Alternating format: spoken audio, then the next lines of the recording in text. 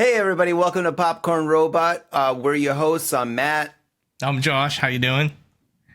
Good, thank you. And to this week, we are talking about 1985 again. This is part two, mostly because we talked about a lot of other years other than 1985 last time, and there's a lot more to cover this time.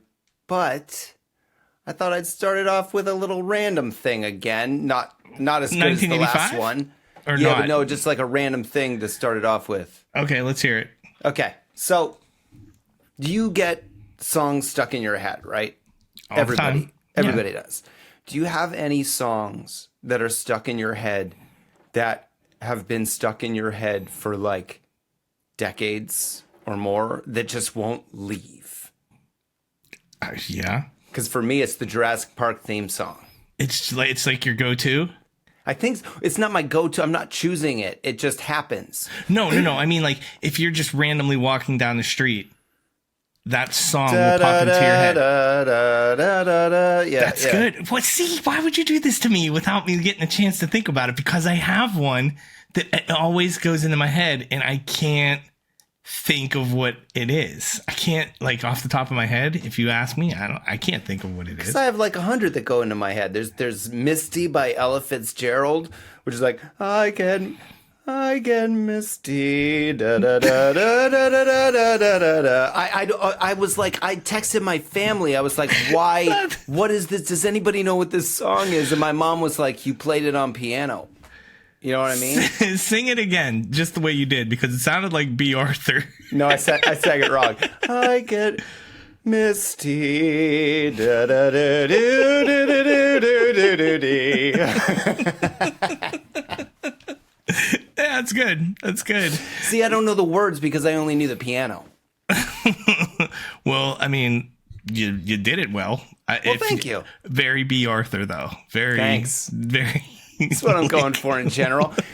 Okay, so here's a 1985 song that is not necessarily always in my head, but when I hear it, I can always get with it. And it is December. Like, you may be listening to this podcast in July, and you may not be in a Christmas mood, but right now it's December. And there was a movie in 1985 that had this song in it. Every Christmas Eve, you are part of a miracle. A miracle, they say. You don't know this song? Maybe. Keep going. I don't know the words. That's all you need to know. Okay, so this movie, because I searched it earlier today. I was like, Christmas movies 1985. Movies, plural, because live in 2023 and I'm spoiled and I don't realize that in 1985, you didn't have movies for Christmas. You had one. Yeah. And that was all you got. This movie, so you don't know what the Christmas movie from 1985 was. I don't know. Here's a hint. It was amazing for the first 20 minutes, and then the rest of the movie was completely fucking stupid. Electric Grandmother. It had John Lithgow, Dudley Moore, a little homeless white boy who ate McDonald's for the first time. He was in Santa Claus the movie. Oh, that was 1985? Yes, it was. 1985? Yeah. Yeah. The first 20 minutes of that movie are so fucking dire. Like, they die. Santa Claus, his wife, and Vixen all die in the first 20 minutes of that movie. It being oddly dark. Yeah, dark and intense. And then they meet Father Time, who is... What's this fucking dude from the Twilight Zone? Burgess Meredith was Father Time because he was on his way out. He was really old. And then, and after that glorious first 25 minutes, it just turns into the stupidest fucking movie I ever saw. When's the last time you saw that? When was the last time? Soon? Recent? I mean, yeah, within recent years, yes. Because the first 20 minutes are so good. And then I was like, maybe the rest of it is okay too. And I tried to convince myself, but it's not. It's stupid and terrible. I feel like it got bad reviews when it came out. I would have to look, but I remember not getting positive reviews. Like, there was a dark cloud around Santa Claus the movie. And I don't know. I don't remember any of it. I mean, when you said Dudley Moore, I was like, he's an elf. Like, I immediately was like, he was an elf in that movie, but I don't remember shit. But Santa Claus, because you brought it up, and that was a weird movie that, like I was saying, I was like, it had a dark feeling to it that I don't remember, but I just remember it was something. And I was looking at 85 movies, and 85 had tons of childhood trauma movies. It had the movies that you went and saw. You got something, there was something in it that scared the shit out of you. It was uncomfortable. It just was like movie after movie. As I'm looking at things, I'm like, wow, you got tricked. Like, it was like Return to Oz came out this year. I mean, did you ever see Return to Oz? No. So scary. So scary. And like, that's one of those movies that's like, of course we went to go see it because it was an Oz sequel. So you thought it was going to be awesome. You go in there and it scares the shit out of you the entire time. Like, there's a headless woman. There's all kinds of crazy shit in that movie. Pee-wee's Big Adventure came out that year, which had Large Marge in it. Large Marge scared the shit out of me. Did she, though? But yes. Large Marge was fun. When you were a kid? Yeah, I love Large Marge. When did you see it? Did you see it? We saw it in the theater. Did you see it in the theater? I just might have been a little more intense than you, but no, she... Maybe. The first time it happened, it was scary, but after that, it was a great fun thing that was about to happen. Yeah, but the first time you saw it, that was scary. I think I pissed my pants. Like, I remember jumping out of the seat. Like, when it happened, I flew out of the seat. I feel like I jumped into the row behind me. Like, that scared. Because it was like, that was so unexpected. Fucking blew me away. I've always had this image of you as being cooler than me. But you weren't. In certain situations. Not in this. Not in these, like, childhood trauma things. I pee my pants and jump over any movie theater seats. Dude, I was scared as shit. But it's not like I didn't, like, love it after. But at the time, definitely fucking scared me. Legend came out this year. Like, do you remember Legend? I don't think I saw Cruise. That. I think it's Ridley Scott. I think Ridley Scott directed it. I have to look. But Tim Curry's the devil in it. Oh. Like, with the big fucking horns. Do you remember that sounds pretty good already. That's fucking, like, scary as shit. But it was like, totally wanted to see it. Watched it on HBO or something, scared the shit out of me. The Black Cauldron. The Black Cauldron was a Disney movie, dude. Yeah. And it just went so dark. Like, it was like you just kept getting, like, scared. Just one after the other. And, like, it's like this year specifically, like the 1985, like the movies that came out that year, I think I saw every goddamn movie that came out in 1985.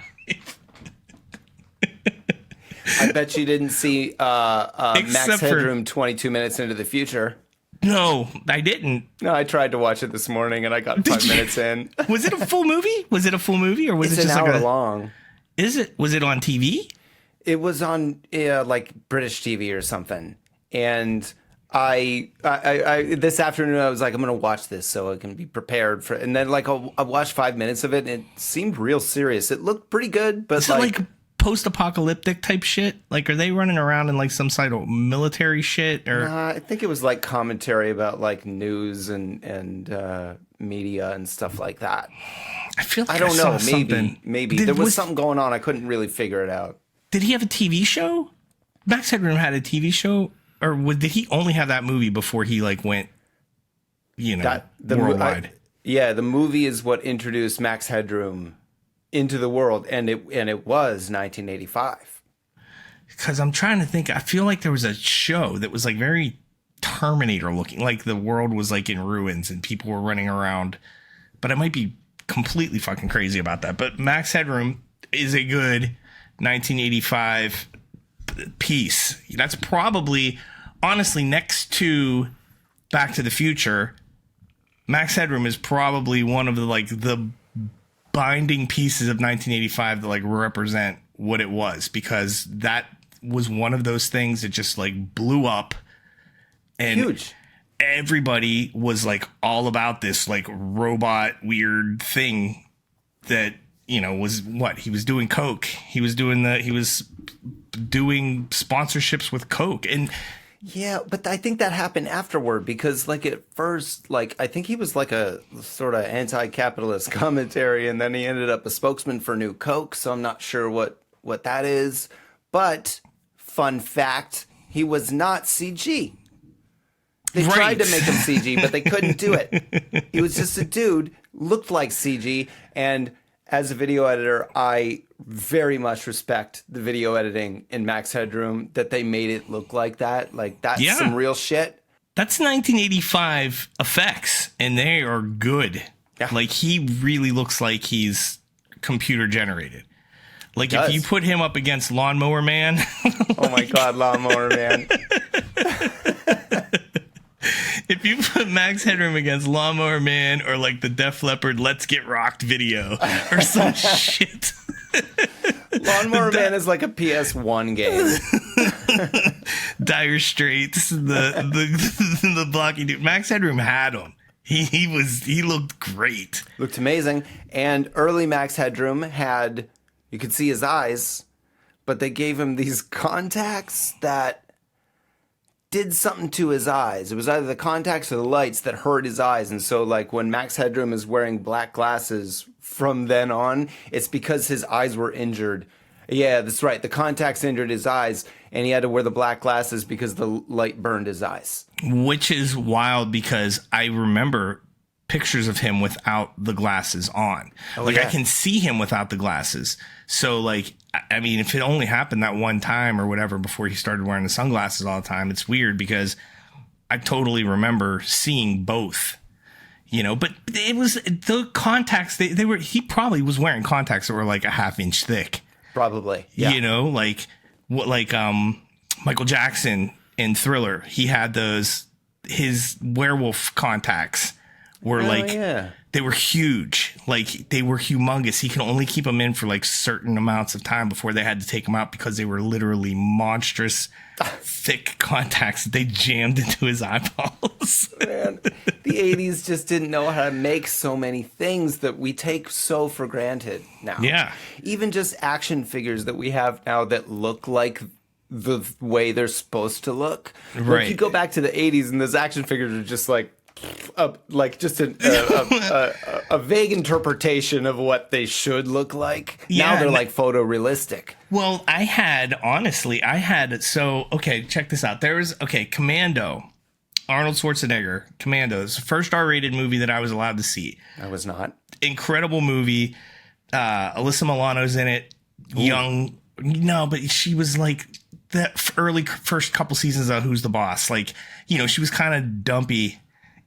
When we were little, it was like I didn't really dig her then. It was like when she got like 3 years into Who's Boss. That's when you started to take notice of her. Those early years, she was just kind of like, you know, a child. You were a child. You were fucking 4 too. Like, well, I know. I had the hots for Punky Brewster.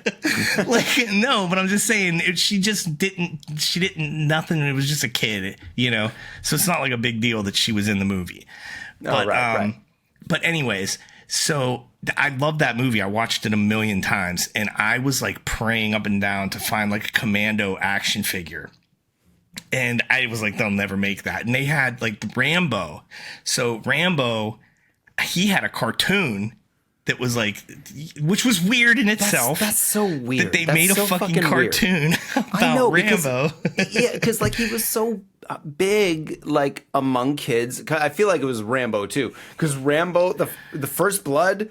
I don't know what kid's gonna see that and be like, no, part 2, which came out the same year. Like First Blood and Commando both came out the same year, which is pretty cool in the world of like just muscle bound action heroes. Like, it was pretty awesome. But so like there were these characters for this like Rambo cartoon, and I bought this one guy. He was just a bad guy, but I kind of like bought him to be like my Arnold Schwarzenegger. Like, he was going to be my Commando dude, and he was like real thin. Like, there was nothing about him that he was just going to be my John Matrix. That's it. Yeah. And I was at a mall in Indiana at my grandmother's house, and I'm going through KB Toys. I'm looking through the the rack, and there is this fucking one Commando action figure. Legit Commando by itself. There was nothing else with it. He was stacked. He was built like a He-Man almost. He had the war paint all over him. He had his vest. He had the guns. It was the coolest fucking thing I ever saw in my life. And I was like, oh my God, I need that. I need that. And my parents bought it for me. And I had this fucking John Matrix. It was the most accurate toy that I ever had. Wow. Until later on in life, whenever I'm old and buying collector's items. Yeah, but just to make a toy for number one, for a movie that came with a comic book that was the scene by scene of the movie. And it was very G-rated. They tried to water down everything. Because Commando's not a G-rated movie, it's right? Not for kids. It's not for fucking kids. It's not. And it's just that toy was cool as shit. And I don't know where it went. I lost it somewhere. I wish I still had it because it's probably pretty fucking rare. I mean, I think I just stumbled upon a piece of gold in that was probably 1986 or something. You know what I mean? But yeah, but all those rare things, what are you really talking about? $250 or something? And look, I'm not going to say $250 isn't $250, but I'm not going to go crazy over it either, Right. It's not a fucking Charizard or whatever the fuck. Oh, that shit. Yeah. It's just a John Matrix doll. It probably had no toys left. He was probably just in his boxers. Actually, he had on black underwear, because in the movie, he swims over to the island before he suits up, and he's got on this little black Speedo. So, his clothes, the pants came off because they were cloth cargo pants. And there was a black Speedo underneath. I was like, dude, he's so accurate. I could put him in the water to swim over to the island. He had cloth clothes on? Yeah, just the pants. He didn't have a shirt. He just had this, black plastic vest that zipped up that was, it had all these knives and shit in it. Dude, it was the baddest fucking toy. I didn't have time for clothes. I ripped them all off my He-Mans, all their vests and shit like that. I just want these fucking just naked. I just want naked He-Mans. Well, it's just it was easier to play with them if clothes weren't getting in the way. Yeah, I realized what I said. It's weird. But the He-Mans had rubber shit, thick rubber vests, and didn't they? Nah, not Am really. I making this up? I mean, it depends, I guess. There was probably some people that were fucked up, but no, He-Man he just had that little clip-on weird vest. The clip-on thing. You had to fucking keep it on him like a dress he's wearing. I didn't want to deal with that. I just ripped it off. A dress? It wasn't even a little bit of a dress. It buttoned up the back like a dress. It was like a G-string on his chest. I don't know what it was. But they all wore them. Everybody in Eternia, they all wear that shit. Mine didn't. Well, no, yours were bare-chested. They weren't allowed in the fucking restaurants. They had to put their shit on. Yeah, I didn't play restaurant time when I was playing. I played killing like a boy in the 80s was supposed to. Yes. Yeah. That's what boys do. Kill. I put firecrackers on everything. It's awesome. I was never allowed to get my hands on firecrackers. My mom acted like it was fucking raw dynamite and that I would blow my head up, and I never got them. I wasn't really good with that shit when I was younger. I remember I bought one of those champagne poppers. The ones that they look like little wine glasses. You pull the string. I was allowed to have those, yeah. And it goes, psh. Well, I held it on my hand the wrong way and held onto it and pulled it and it went psh, right into the palm of my hand. What did it do to you? I got a big red burn in the middle of not a burn. I don't know. It was a big red spot in the middle of my hand. I was like, oh. That's so stupid.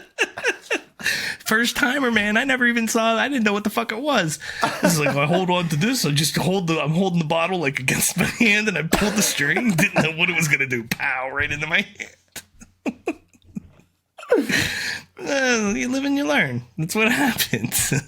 Snaps. I like throwing those at people. Yeah, those were cool. I mean, you had to throw them near the feet. Yeah. If you wanted them to go off, you could smash them in your fingers too. You could smash them in your fingers if you were cool. Yeah, I was You'd cool. just be like, I put them in my teeth and go. No, you wouldn't. Yeah. That'd be so fucking gross. It impressed everybody. All right, what do you got? 1985. I mean, so okay, where were we at? We were talking about like Max Headroom. We were talking about him being one of the predominant things, the things that we didn't talk about because we fucking walked away from it. Like, I don't know how we missed the shit that we missed. So there were things that need to be talked about. One of them being Back to the Future. Back to the fucking Future needs to at least get a mention. So I want to at least talk about, not with what you typically talk about, but like the things that we, you know, some people, if you pay attention, you know this shit. And if you don't, then, you know, this could be new shit for you. But Back to the Future, whenever it was originally filming, were you aware that it wasn't Michael J. Fox as the original Marty? Did you know that?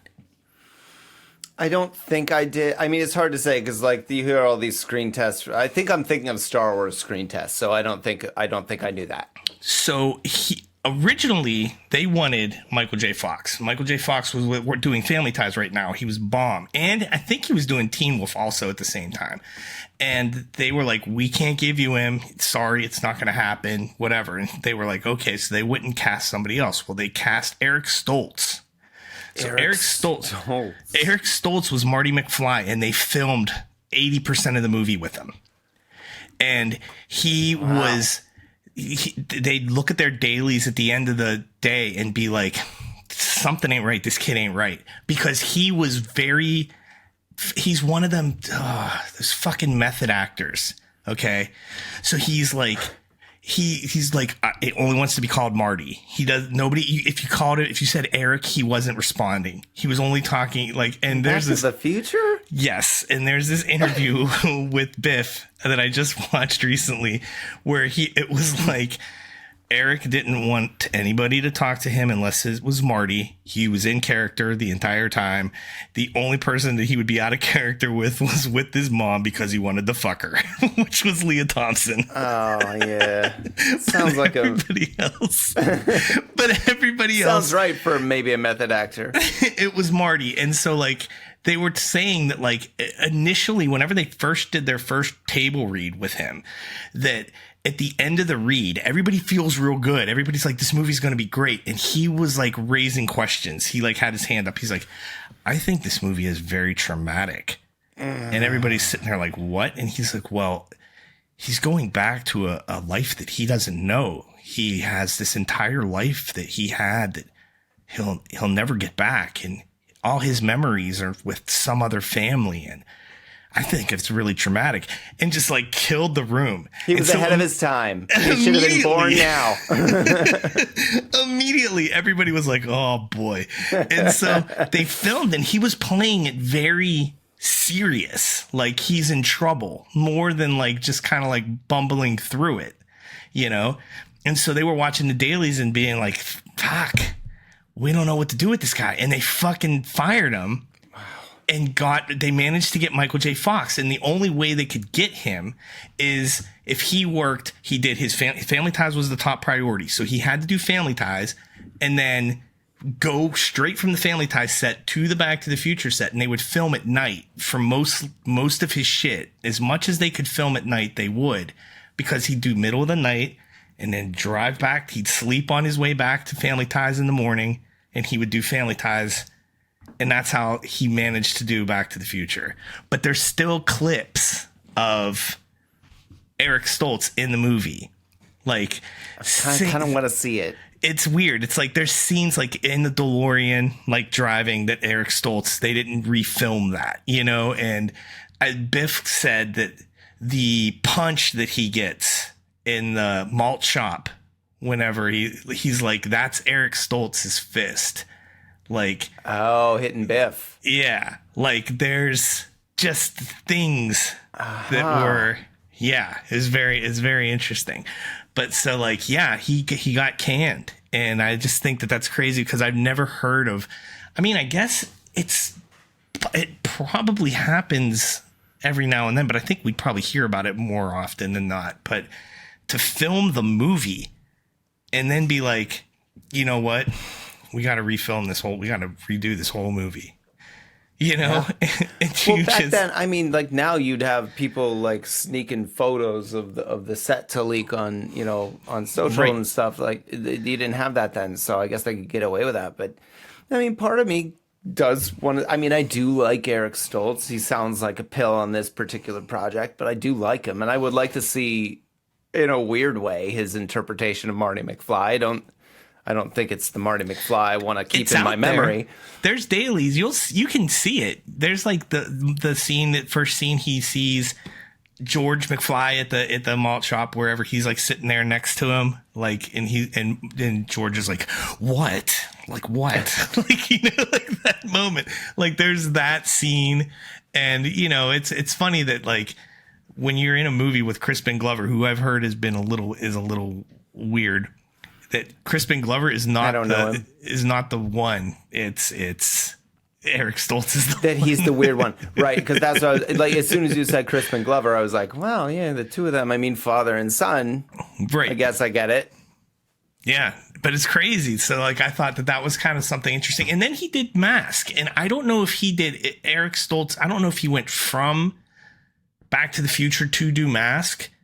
You know, but whatever the situation was, but he ended up doing Mask, and that movie, I don't know if he got nominated.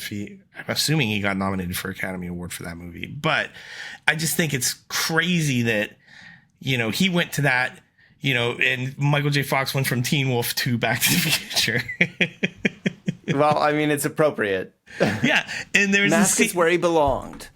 There is a scene, or there's a interview somewhere with Michael J. Fox where he was filming Teen Wolf, and he was pissed because he thought the movie was garbage, which it isn't. It's like one of my top 3 favorite movies, so I don't fucking care. I love Teen Wolf. It's great. It drags. It does. No, it doesn't. Drag. No, it doesn't. It doesn't drag at all. It drags after he starts signing autographs and no, stuff. It's cool. It's so cool. Like he's so cool.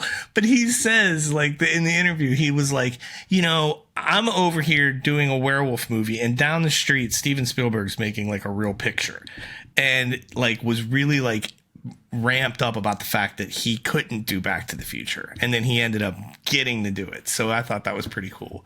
Well, we got everything he wanted. But hell yeah. So Teen Wolf. Here's a question I have about this movie. Mick, the guy's Mick, right? The bad guy's Mick. Yeah. He says he shot his mom like a dog. That was disturbing. So Mick murdered his mother. Yes. Murdered his mother. Yeah. But they didn't care because she was a wolf. She was a wolf. She was a wolf. He was just protecting the chickens. He saw a wolf out there and he shot her. See, because last time I saw that movie, I was like, well, maybe he's just talking shit. But so he murdered Michael J. Fox's mom. According to the script, yes. That's messed up. That is messed up. And he uses it to taunt him. Hey, dude, I killed your mom. Like, shot her with a shotgun. Yeah, that's so bad. What was she doing though? What was she doing? We all know that they're totally capable of like eating controlling chickens? their shit. Yeah. What's she like? He's playing basketball. That's intellectual. You know what I mean? He's not a fucking Neanderthal werewolf that's just like hungry. Go get chickens. Mick is not an intellectual. No, but I'm saying in comparison to just like being a savage and running into somebody's backyard and eating their chickens. That's your fucking mom, dude. But see, like, vampire movies have taught us that that's the right thing to do if you don't want to kill people. It's nice to kill non-people if you're a monster. But you don't need to kill anything. Look at Dad. Look at the dad werewolf. He's friggin'... Could you see him eating any chickens? I want to see his backstory and how he's changed and what he used to do. Like if Mick was able to... Teen Wolf Origins. If Mick was old enough to shoot a shotgun, it wasn't like 20 years ago when she first became a werewolf and she managed to hold it together. It was probably within the last 5 years, you know? I don't know, man. Like shotgun age... Shotgun, he's 18 in the movie. right? So if you go back 5 years, I could see some kids picking it up at 10. Certain okay, parts. well, okay. So he's a 10-year-old with a shotgun. I mean, that's a fucking kick. I don't know. Why wouldn't dad do it? Why do you make your kid? So were they sitting at the window being like, she's fucking back. Look at her. Mrs. Howard's out there eating our fucking chickens. That son of a bitch. Mick, go. I think Mick is full of shit. I don't think he killed anybody's mom. Well, he might not have. Maybe his mom? dad did. Maybe his dad did. I think that this should have been a discussion that Scott had with him before just throwing a bowling ball and growling. There's very much an unsolved murder in this movie. I need a little bit more. Can you say that again and bring the police over? Because you just admitted to murdering my mom. Murder. You just admitted it to everyone. All right. So what else you got? You have a Swatch watch? Oh, I did. They're still around, aren't they? I don't even know. I don't know. Not like how they were. Actually, Swatch watches, which is really funny, you would put that stupid band over the watch face. You know how if you were really cool, you put like that little piece of plastic going across. That little plastic piece, very similar to He-Man's chest plate. Does it button in the back like a dress, Josh? I don't think it does. No, it just slides on one. And maybe if they slid on with He-Man's arms like that, then maybe it would have worked better. But no, Swatch watches, they were pretty cool. Like that was something I feel like it's a very 80s thing.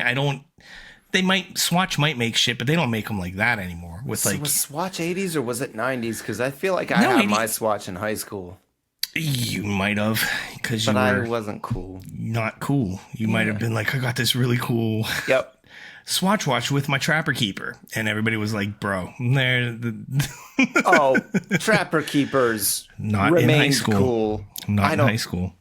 I don't remember high school. I don't think I had one in high school. They were in like 5th grade. I had one in 5th grade, which is 1985-ish. It's right on the line because I have to think of it in terms of things like that because that's when Nintendo came out in 1985. And that's another thing that I feel like we absolutely should have brought up on our first go round and we didn't. Telling you, man, talk about smartphones and how they're doing things to people, the kids and shit like that. As soon as I saw Nintendo for the first time, I never wanted to go play outside again. Never wanted to do anything else again other than play Nintendo. Yeah. No, I agree with you. I was all about it. The second I got it, it was over. It was like, I didn't have it right away. I wasn't the first kid in my neighborhood to have it. So like I got to go over to somebody's house and, take my turn playing Super Mario Brothers for the first time. There was a girl in 5th grade that she told me about it for the first time. And she was like, I really like Super Mario. I was like, wow, you've got one. What is it like? She's like, well, it's really cool. Like there's this place called like Penny Heaven that you can go up and get all these coins and stuff. And I was like, that sounds awesome. What is Penny Heaven? Like whatever. Then whenever I got the game and I found out she just like climbed up the vine and jumped across the clouds to get the coins, I was like, this is stupid. I thought she was talking about a level that was like, I was like, Penny Heaven. Oh, okay. But yeah, so like that was the first time I ever heard about it. And I was just like, all right, I'm on board. Penny Heaven sounds cool. But I remember when I got it, I don't think I got it in 85 though. I don't think, I mean, I could be wrong. I know I got it relatively early, but maybe it was probably 86. Yeah, in my house, we would have had to beg for a long time until they just couldn't take it anymore, and then they would have gotten it for us. That was probably a weird time period between shit too, because I remember we had a Commodore. I didn't have an Atari. I wasn't one of the kids that had an Atari. I did. And so I had something that was called a Commodore VIC-20, which is like not even a Commodore 64. It's a fucking piece of shit. But it was like, that was like our gaming system. And we played it all the time. Like I loved it. It had like Gorf and Radar Rat Race. Oh yeah, shit. Gorf. Yeah, everybody loves Gorf. Gorf was actually pretty cool. Shut up. Yeah, I don't know what the fuck it is. It was actually pretty cool.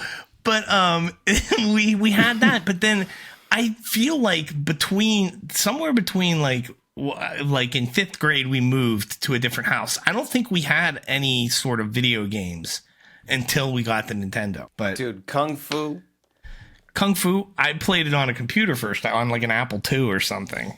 That was the first time I played Kung Fu.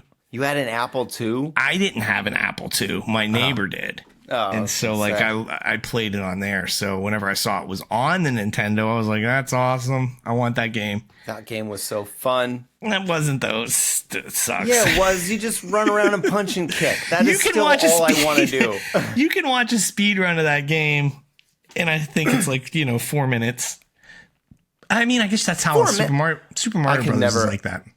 Yeah, I just couldn't beat games. I wasn't good Super enough. Mario's speed run is like 450 something, or Well, you know what I they do mean. all that shit where you split the pixels or whatever the fuck they do. Where they Have you ever watched that? Yeah. Have you ever watched those guys? I've read articles about it and not understood, and I maybe have seen some of it. Yeah, It's wild. It's wild, like what they do to like try and get the fastest possible run, and they've pretty much got the fucking game perfected to the pixel. There was some news in the past year about that, I think. Yeah, stuff that I would never, ever... But I never beat it. No. You never beat it? I never beat it then. Like, I ended up beating it down the road. But, like, when everybody was, like, getting it and beating it, and they're like, oh, I beat Bowser. I was like... Of course you did. I didn't beat Bowser. I didn't beat it. And I didn't beat... there was another one. I remember when everybody was talking about the second quest for Zelda. I was like... Oh man, that sounds cool. Second quest or the second game? No, the second quest. After you beat Zelda, you can go on a second quest, which is Ganon, Josh. You don't beat Zelda, you save Zelda. Yeah, fuck you. Dude, I'm talking about the game. Yeah, when you beat fucking Ganon, it goes into a second quest. Like you can play a second quest where things are a little bit different than the first game. Are you sure about this? Yeah. I'm positive. Then why didn't I ever see the second quest? Did somebody lie to you? Because you turned the game off. No, I didn't. Yeah, you did. No, I didn't. I bet you did. I didn't. And is this something that some kid told you? No, it's real. It's real. I don't fucking Look it up. believe you. Pause it. We'll look right now. I'll Google it right this second. Do it. You're lying. You got lied to. You got lied to because you were a little non-game beating little bitch boy. Calm down. What is the second quest to Zelda? It's an altered version of the first quest. Okay, you can press play now. Now we're ready to record again. Because I'm going to fucking serve it to your ass. The second quest is an altered version of the first quest of Legend of Zelda, featuring a similar map to the original Hyrule with swapped locations of various items, caverns, upgraded enemies. How do you get this? You fucking beat the first one, which I beat it a million times. Probably never did. Did I just you would quit have after I beat it? That's what I fucking told you did. Oh, I beat it. Josh. You might have beat it and you just turned the power off. Maybe. You didn't watch the credits or whatever you need to fucking do. I probably wouldn't have had the attention span for the credits. But I don't know because I never beat it. So I'm just telling you, nobody lied to me. I just know that there was a second quest. So now you got to go back and play it. Maybe after Tears of the Kingdom. Yeah, after that.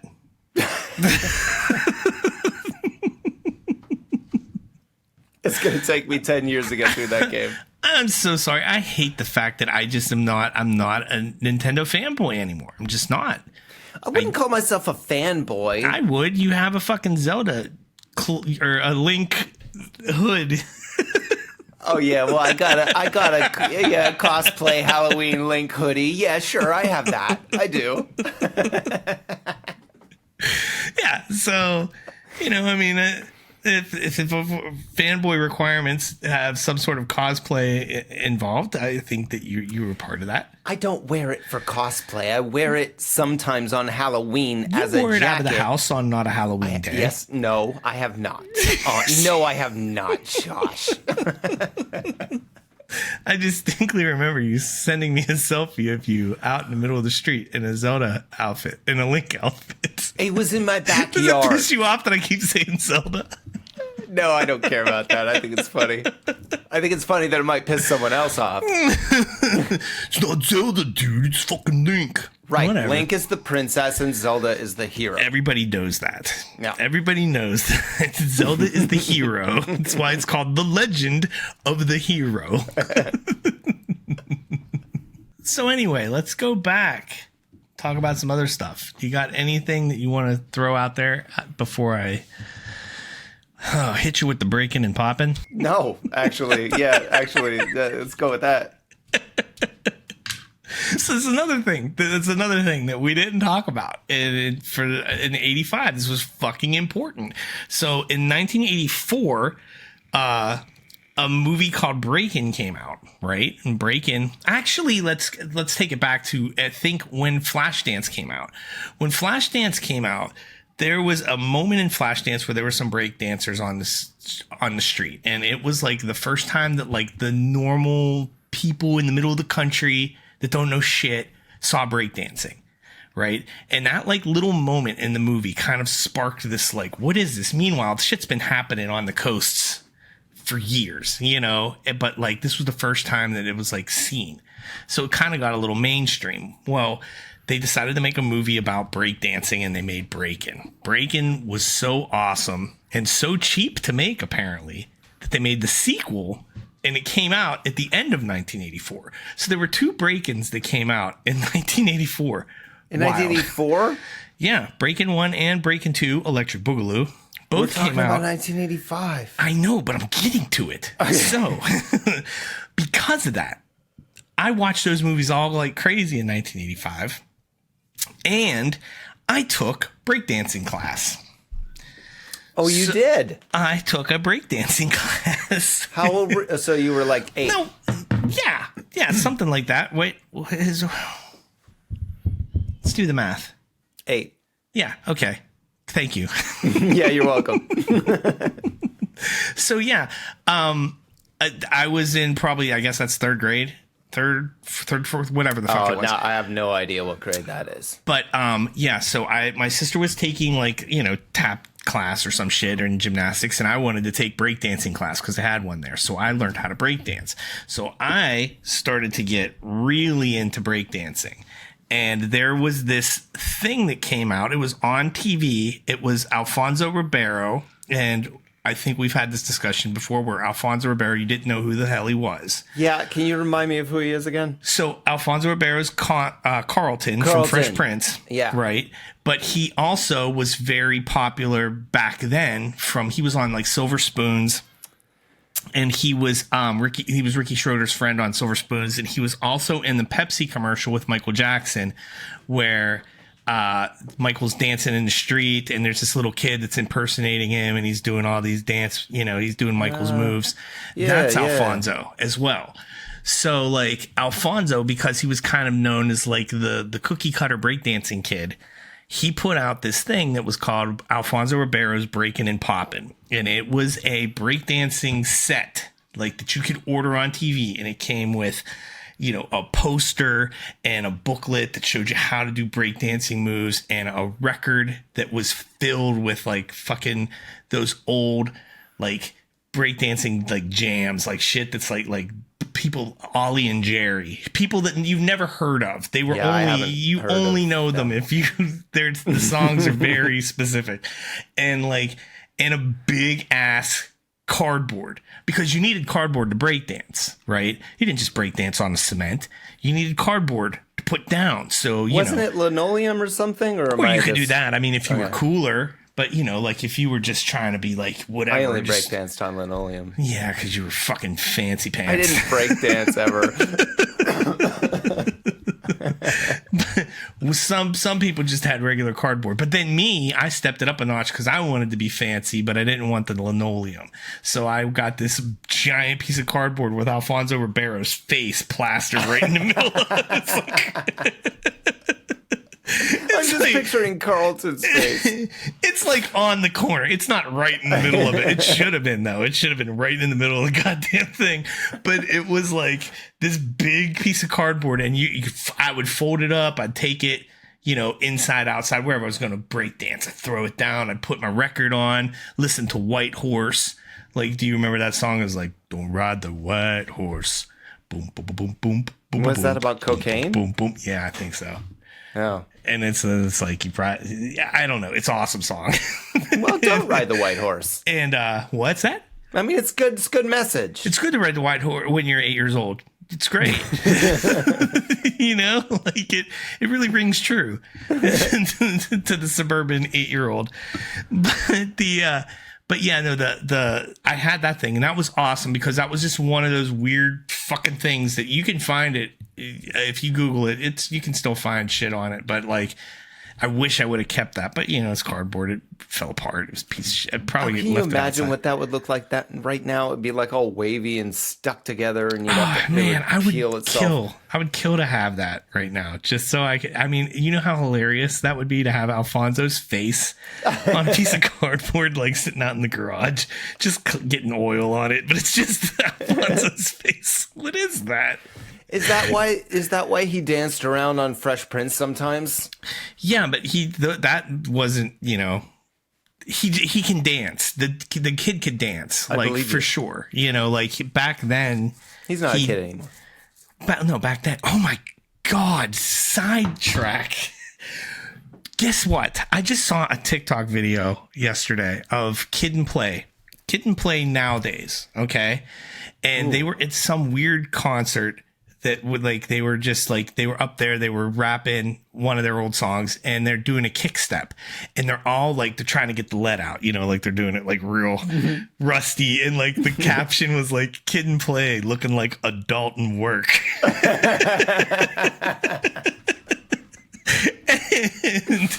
And as I was reading through the comments, they were like, leave them alone, man. They're 60 years old. And I was like, wait, what? And they are, dude. Play is 60 and Kid is 59. That blows my mind. I was like, what? I mean, it kind of makes sense. Like you appeal, like, especially back then, like there was a huge market for like writing for teenagers when you were very much not a teenager. Like, yeah, even the 90s, like Smashing Pumpkins, Green Day, they were singing about like such teenage shit, but they were not teenagers. They may have still been struggling with these things, but I mean, right. Fucking Green Day still does it. They're my favorite band. They're the best band ever, but they still sing teenage shit, and they're like, super at least 50. Well, Kid and Play aren't writing any songs anymore. The song that they were doing was off of like their first album. It wasn't, like, it's not like they're out there being like, yeah, like they're just doing it for something. They're probably at a wedding drunk and just said, let's go up and do this shit. But no, it blew my mind because I was like, wow, we really are like just getting there. Like, I mean, like Kid and Play, I would have never ever thought about them being 60 years old. Man, I'm not going to go with you on the getting there thing. Well, getting where? To 60. To 60. I don't know what that means. I don't know what that means, Josh, because I'm in the best shape of my life. Have you been working out? Because maybe you'd be in the best shape of your life too. I am actually. I am working out a lot. Good. Every day. Fuck you. I'm trying, Matt. I'm trying. Good. I'm doing my best. I'm trying to eat healthy. But I shouldn't have to worry about that. But you see, why I'm doing it? Because I'm getting older. And we're talking about things from 1985, which is 40 years ago. It's not 40 yet. 40. This is another thing. Okay, and this goes right back in. This is another. Okay, so Cocoon. Cocoon was a movie that came out in 1985. Is that about old people or something? I never saw that. Yes, it is. So I just saw something recently that apparently Cocoon is a very hard movie to find. So I was like very curious because I remember seeing it. It's like Steve Guttenberg, but then it's like Don Amici, Wilford Brimley, like Brian Dennehy. There's a bunch of people in it. What a man of the 80s, man. Bro. Okay. The movie is about old guys, right? That go and break into this pool, and there's these giant cocoons that are in the bottom of the pool. They go and swim there all the time, and they're getting younger and livelier, and they're feeling great and all this shit, which first off is weird to me because there's these giant fucking rocks that are in the bottom of this pool that they're swimming in. I don't know why they would think that they would want to do this, but they're cocoons, but they're in there swimming, and Wilford Brimley's playing one of the old guys. Okay, I want you to take a guess at how old Wilford Brimley was when he played in this movie with these old people, being an old person. See, I saw a meme. About Wilford Brimley. Okay. And I know that he looked extremely old when he was not old. I'm going to guess 36. No, oh fuck no. Oh, okay, forget. Jesus fucking Christ. 25. No, fucking 49. He was 49 years old. So he was only a few years off of us, and he was playing. He looks like he's 65 years old easy. Yeah. And he was 49. Like, they grade him up, but still, it's Wilford Brimley. Like, I mean, what was he before he was gray? I don't know, blonde. Yeah, it's just like I wonder about his life choices and how he ended up looking so old. But lot of hot sausage. Yeah, hot sausage. But Max von Sydow in The Exorcist was like in his 40s. Are you serious? Yeah. See, that's died like a couple years ago. That blows my mind, because after I saw this, then I was like, okay, wait, I remember seeing something about Cheers, and everybody that was on Cheers, Cliff, Norm, they were all like 33, 34, 35 years old. Yeah, you just looked older back then. That's insane. Yeah. Absolutely insane to me. Like, I was like, what? I was like, they're all like, I mean, like, Coach, I don't know if you remember Coach on there, the old man. I remember Coach. But Coach, I think Coach was like the only one. He was like legitimately like in his 50s or something, but he looked like the old man, you know? Yeah. Like, they were all, I think Diane was the youngest one, and she was 33, but they were all like 33, 34, 35. Wow. Wasn't Estelle Getty the youngest Golden Girl? She was the youngest Golden Girl, yeah. And you know what? Golden Girls. Golden Girls has an episode where Blanche is going through menopause. Menopause? And they were not old. They were like, she was like just 50 or something. Like, I don't know exactly what I was like, just kids. I thought they were like 70s. I thought they were 70, and Estelle Getty was like 90. I did not realize that they were like. Arthur has been in her 70s since the day she was born. But. Right. But still, like, they weren't old. Like, the Golden Girls just meant they were 50. Like, it didn't mean that they were old, because they're in their golden years. So we're only a few years away from our golden years. No, that is bullshit. Golden years are not your 50s, maybe in the 80s. Well, I mean, that's what it is. Like, the golden anniversary is 50. Like, your golden anniversary so I think that's just established that, like, the golden years are after 50. It's your golden anniversary because you don't get married the day you're born, Josh. No, I know, but I'm just saying it represents 50 years. So I'm just assuming that that's what they're trying to. Whatever the case is, Blanche was not. She had an episode where she thought she was going to go through menopause, and it was like the end of the world. Like, she was like, oh my God. Like, she was like going, like the music played and shit. That was Hollywood writers being like, it's like a very special episode of Golden Girls. Blanche is going through menopause. Blanche, no, that's ridiculous. That's ridiculous on the writer's part. They intentionally ignored the facts. I mean, we are not that far off from Blanche. Not that I'm going through menopause or anything, but like the years as wise. we proved last time, Josh, we're not that far off from the Renaissance. It's way different. I don't think it is. 4 Joshes in 4 years is a big difference.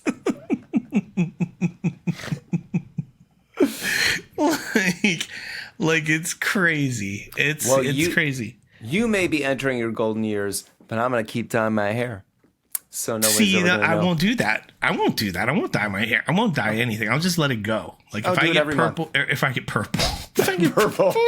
That'd be pretty sweet. If I get gray, my skin starts turning purple, I'm just gonna fucking die. You will. But no, if I as I'm getting gray, I'm just gonna let it go. I think it's gonna be kind of cool. I think it's cool to be like get that gray shit. I think it's cool too. I just keep doing it though, because then every time I do it, I'm like, oh, I'm younger. Who knew? Yeah, I mean, maybe it would make me look younger, but I feel like if I shave my beard off and everything, I feel like I'd look really young, but like there'd be like no face. Like I feel like there'd be no chin, and I'd just be like, like I don't even know how to explain it. Well, we've been talking for a while. We probably still have 50,000 things to talk about. There's so much. I didn't even scroll down. I just scrolled down right now to see. It's going to be a part 3? I don't fucking know, man. I didn't think that. I thought we would kill through this and be like, we're done. We didn't even talk about half the shit that I thought we were going to talk about. Like pound puppies? Like fucking pound puppies. You want to see it? Yeah. So we were talking about the pound puppies. I don't know when it's in the last episode. I feel like I'm confused about it, but I feel like we kind of crossed them. Literally 2 days ago, Stacy comes home from her mom's house and she was like, I was going through the basement and I found this. And we got a pound puppy. Wow, would you look at that? Look, yeah, and it's got the little thing on its ass, like that's a legit pound puppy. Proof that it's a pound puppy. These fuckers were $30. This was a $30 toy. Was that like $90 back then? No, I mean it was $30 back then. That's what I mean. Is that like $90 $100? In relative, like to now money, I guess. Can you fucking imagine that? I mean, well, dude, fucking Build-A-Bears are $100. Are they really? Yeah, but yeah, this fucker was 30, and I just saw that Cabbage Patch Kids were like supposed to be around 20, 25, but they were like selling for 50 whenever they were. You couldn't get them.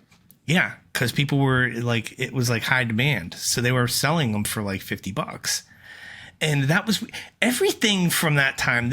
I don't understand how it's so difficult to find straight facts, because everything is like very gray. When did if I want to know when a show started, it doesn't give me a clear answer. It's like, well, maybe the toy was around in 82 and this was around. When did it fucking start? Like, I'm getting really annoyed. And we were talking about that with the fucking Cabbage Patch Kids with the fucking Koosas. The Koosas, I had to ask ChatGPT, and even it said they probably came out in 1987. Oh, that's right, because we were talking about that, and I said, you're a fucking idiot. They did not come out in 1987. What did ChatGPT tell me, Josh? I'll tell you what it said. They came out.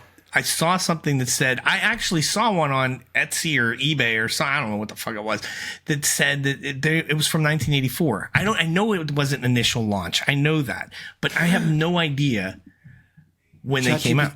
ChatGPT told me that the Koosas came out in 1985. That's what I told you the other day. That's what I said. And you were like, no, ChatGPT told me 1987. Now ChatGPT is lying to you. How do you feel about that? No, maybe they did come out in 1985. Maybe that's when I got my Koosa. That's why I wanted to talk about it in the first place, because it came out in 1985. Oh, Koosas. They were so cool. Except mine was yellow and I thought it was for girls. And my brother got a blue one that was like more for boys. And I was like sad on Christmas morning kind of about it. And my mom asked me about it. And I was like, no, it's like, it's for girls, but I still like it anyway. Did you only have a Koosa? Did you have any regular Cabbage Patch Kids? Oh, we had other Cabbage Patch Kids. Oh, okay. So, yeah. But the Koosas were so much cooler. They were animals. They were. Yeah, if anybody listening doesn't know what a Koosa is, first of all, I'm sorry for you. But second of all, they were Cabbage Patch Kids that were magical animal Cabbage Patch Kids. And that's about it. They had animal noses and animal mouths, and they were different colors, and they had whiskers and shit. Yeah, they basically look like a normal Cabbage Patch Kid with whiskers painted on. Yeah. So it was like if you took your Cabbage Patch Kid to the fair and had them get face painted to look like a cat. Yeah, but that's no, what but it they was. had cat nose. The nose was more like a cat nose than the Cabbage Patch Kid little kid nose. It was different. It was a different mold, Josh. It wasn't that different. It We was had different one too. enough. We had one too. He two of them hung in my out. He family. hung out in the. I'm not trying to like one up you on Cabbage Patch Kid ownership or anything. Well, But we had like 5 or 6 of them. So we didn't. not Koosas, not But my Koosas, brother just had regular. an astronaut one. I'm going to ask you the worst question in What? the world. What is And it? do you remember the name of your Cabbage Patch Kid? Nope. And you do. Yes, you do. don't. Look at I that don't. face. You totally fucking do. No, I'm trying. I wish I did. I'm now like what's the Kooza's name? I have no idea. You have no idea. I remember all of their names. I Right, remember because you're a little every- wussy baby Cabbage Patch Kid boy. I remember when I got my Cabbage Patch Kid, my sister already had 3 of them, I think, at the time. Mm-hmm. And I just felt like FOMO, like I was like, I need one of these things. And I remember we were at David Weiss, which doesn't exist anymore, but there was a David Weiss store and they had Cabbage Patch Kids there. And I wanted to get one. And we were with like my family, with like my mom's side of the family, like walking through. And my mom got me this Cabbage Patch Kid, and my uncle busted my balls the whole time through the store back to the house about getting this Cabbage Patch Kid. And it was one of those moments where I felt like a little sweaty, like I was like, is this a bad idea? Should I not be doing this? Should I not? Well, Bree got him. I kind of want one. So we just have another one. So it's like, it'd be cool. Like I'm trying to convince myself. I never really felt good about it. That's why whenever we talked about, what did we talk about the last time that, I thought was funny that you and your brother did? The Care Bears, because you Care busted Bears. my ass about Care Bears, and now Right. you're the one who remembers the names of your Cabbage Patch. No, I remember. dolls. Because my mind, my brain, when it comes to this stuff, I remember it. Because they were that important to you. They were your friends. They rode the bunk bed ship through the ocean. Kissed them and hugged them. I And you never laid down with kissed them and you hugged them. I snuggled with punched them in the Cabbage Patch balls because that's what you do to the shipmates on the ship. I wouldn't punch my Koosa in the balls ever. Well, probably didn't have balls. Koosa but didn't have balls because it was a girl Koosa. I know, but I wouldn't punch her there. Fact of the matter is, we had it. His name was Perry Eldon. That was his name. There's a last name. His name was Perry Eldon. No, they had middle names.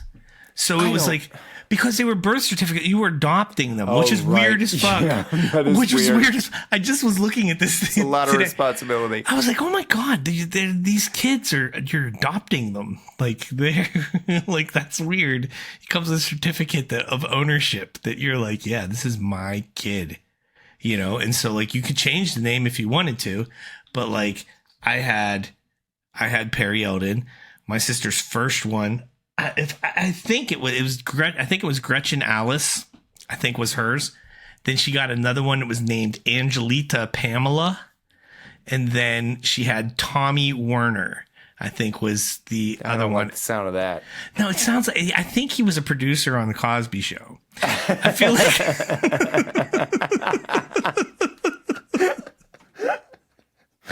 I think that name, I think that they were like shortchanging on names and they were just like, Carsey Warner. I don't know what the fuck. What's this called? This one. I got Steven Spielberg. That's cool. Like they were just running out of names. But yeah, no. So, and then I think her Kusa's name was Fluffy. I think because she named it on its own, so she just named it Fluffy, which is a generic fucking name. I was gonna say that's totally generic. First of all, it's only one name and not 3 names. Yeah, well, I mean, I don't even know if it came with a name. I think that you had to just straight up name your Kusa.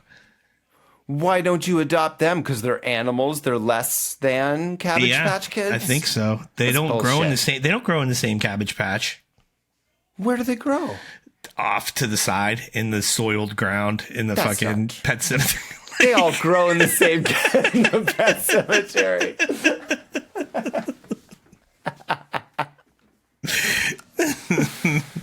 They grow in that ground, the fucking hard rock hard to dig.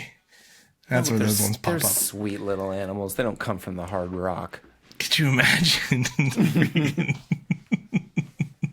All right. Well, we have been talking for a while now, and we didn't get through it all, so I think we got to pick up 1985 again next time. Who's to say we can't? It can be a 10-part series, but we'll literally go through every day. March 2nd, 1985. But the thing, I think our problem is we don't stay there. We start in 1985. That's our strength. I know. I like that. That's what I like. Just zero back around in 1985. They hit something else, and then off we go. 1994. Yeah, that's where you go. All right. So this is probably going to be our last episode before Christmas. So please hold your Cabbage Patch Kids tight this holiday season, and look in the show notes for where you can find us. YouTube at Popcorn Robot Podcast, TikTok at popcorn.robot. And if you want to email us, it is popcornrobotpodcast@gmail.com. Please let us know if there's anything you want us to talk about, anything that you think we got wrong, although we never get anything wrong. So much wrong. I know. I am starting to get to a point where I'm just like, that's law because I said it. Yeah. Yeah, but we'd love to hear from you, and especially if there's anything you'd like to hear from us, please write in and we'll talk about it. Other than that, Merry Holidays. In my house, we say Merry Christmas. Not in mine. We say Merry Holidays.